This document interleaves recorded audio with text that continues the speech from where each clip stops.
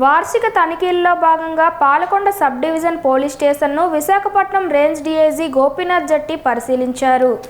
Palakonda sub division పరిధిలో crime రికార్డులను పరిశీలించిన ఆయన త్వరితగతిన బాధితులకు న్యాయం చేస్తున్న స్థానిక పోలీసులను అభినందించారు. ఈ సందర్భంగా స్థానిక డీఎస్పీ కార్యాలయంలో పత్రికా సమావేశం నిర్వహించి సైబర్ క్రైమ్లో జరుగుతున్న అరాచకాలపై ప్రజలకు వివరించారు. సైబర్ నేరాలపై ప్రజలు అవగాహన కలిగి ఉండాలని, మారుతున్న టెక్నాలజీని ఉపయోగించి కొందరు నేరగాళ్లు ప్రజలను మోసం చేసి బ్యాంకు ఖాతాల్లోని ధనాన్ని దోచుకుంటున్నారని, అటువంటి ఫోన్ కాల్స్ చేసేవారి ఇన్ఫర్మేషన్ 1930 హెల్ప్ లైన్కు మరియు స్థానిక పోలీసు వారికి కంప్లైంట్ చేయడం ద్వారా నేరస్తులకు చెక్ పెట్టవచ్చని తెలిపారు.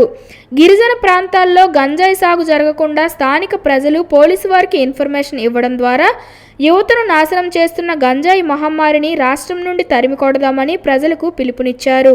ఈ కార్యక్రమంలో పార్వతీపురం మన్యం జిల్లా ఎస్పీ, పాలకొండ డీఎస్పీ మరియు ఇతర సిబ్బంది పాల్గొన్నారు. పోలీస్ యంత్రాంగం అదేవిధంగా మిగతా గవర్నమెంట్ అడ్మినిస్ట్రేషన్ కూడా చాలా సీరియస్గా వాటన్నిటిపై చర్యలు తీసుకోవడం జరుగుతూ ఉంది. సో దీనిలో భాగంగానే ప్రజలందరూ కూడా మిగతా క్రైమ్ ఏదైతే ఇప్పుడు సొసైటీలో జరుగుతుందో దాని మీద కూడా అవేర్నెస్ క్రియేట్ చేయడం కోసం అని చెప్పి సంకల్పం అనేటువంటి ప్రోగ్రాం ద్వారా ఈ డ్రగ్స్ మీద, గంజాయి ముఖ్యంగా మాదక ద్రవ్యాల మీద పెద్ద ఎత్తున గ్రామ స్థాయిలోనూ అదేవిధంగా ప్రతి స్కూల్, కాలేజ్ స్టూడెంట్స్ అందరూ కూడా అవేర్నెస్ క్రియేట్ చేస్తున్నాం. దాంతోపాటు ఈ సైబర్ క్రైమ్ కూడా ఎక్కువగా మనకి రిపోర్ట్ అవుతూ ఉంది. కొత్తగా డిజిటల్ అరెస్ట్ అనేటువంటి పేరుతో చాలామంది మోసపోతూ ఉన్నారు.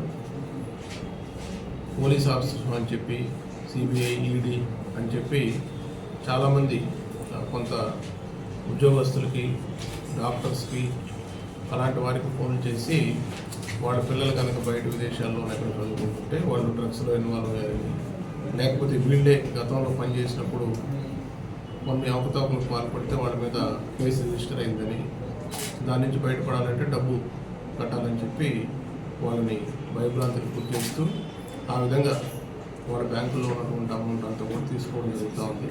సో దాని మీద చాలా పెద్ద ఎత్తున అవేర్నెస్ ప్రోగ్రామ్స్ చేస్తున్నాం.